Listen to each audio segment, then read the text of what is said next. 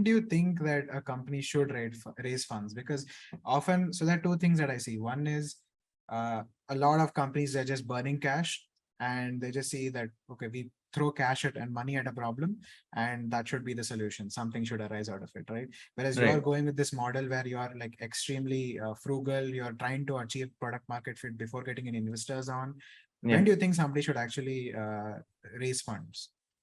I think it's decently subjective. Also depends on like how the founder wants to operate their business.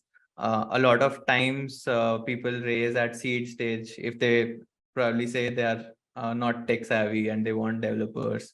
Usually, developer salaries are the most biggest cost in the early stage things. So, Right. like if you want to sort of afford those salaries, you would need funds, right? And Mm, burning those from your savings might not be the best idea if you don't know if correct. the product is going to work or not, right? That is one of the lucky things that I have, that okay, I can build products and then not spend a lot of amount there. I do spend on, like, say, marketing and sales, but then that also I have sort of reduced on a project or impact sort of basis.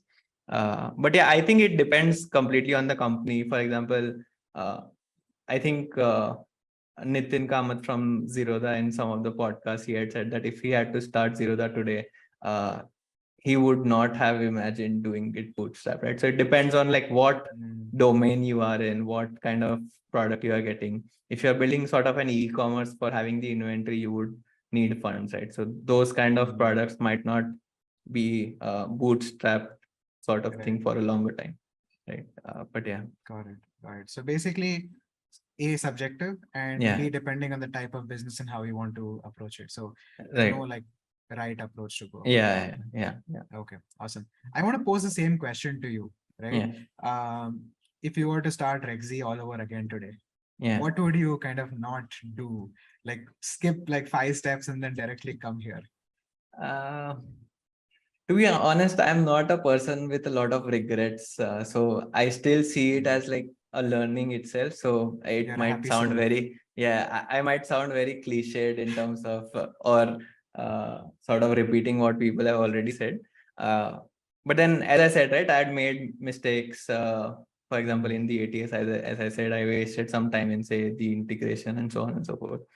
Those learnings, people used to say, like, there are a lot of YC podcasts and other things which tell that build your MVP in, say, 2 weeks, 3 weeks, give it to the Mhm. hands of your customers and see what their response is. But then you still feel that I don't want to give an unpolished version. Let me take, Correct. instead of 2 weeks, let me take 3 weeks and then probably polish it a bit later. But yeah, this was a self-learning, so it was more concretized after that. So I wouldn't say that I regret not doing those things. It might have been like that if I had not done, someone would have asked you, how do I pay? So not really a Got regret it. sort of Got it. thing there. Got it. Yeah. I mean, that's good, right? Yeah. Each failure is just a stepping stone towards Yeah. success. Yeah. And if you had not been through that, then you would probably not know how to take decisions in the future. Right. So, Yeah. Yeah. yeah, Yeah. awesome. Very well-rounded and humble opinion. Uh, um, yeah, the other thing I wanted to understand is along this whole journey, right? You talked about some failures.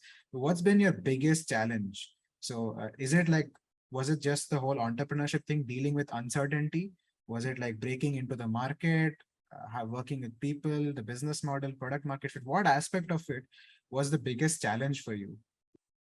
Yeah, I think in terms of like building, there wasn't a lot of like challenges, because like given a problem statement, I had done like a lot of building, as you mentioned, on Stop Mm, Stock, and I had done like previous projects as well. So building was not the problem that I was having from the beginning. The problem that I used to face is like the sales side of it, right? So if you want to, like, there are a lot of terms and these fancy like ICPs, like ideal customer profile, and right. how to reach out, what kind of copies to write, how many follow-ups to do, and so on and so forth.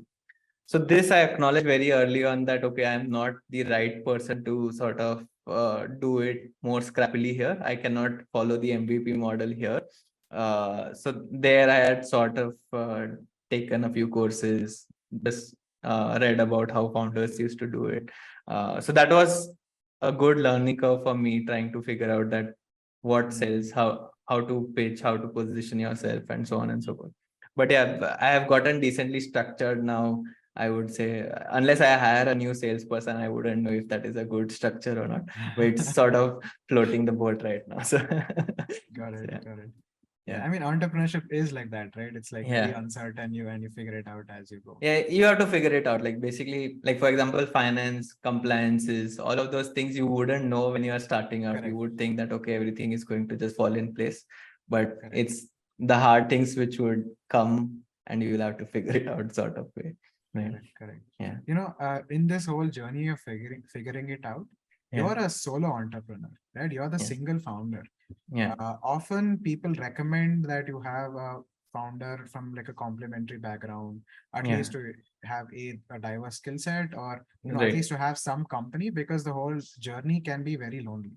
Now Yeah. you have started getting an inflow of funds from a reasonably earlier stage, so that's been lucky for you. But many people, they face that issue as well. Money doesn't flow in for 3 years, 4 years, Yeah. and you have to keep it on. So how is this journey as a single founder been for you? Yeah, I think it has been a really lonely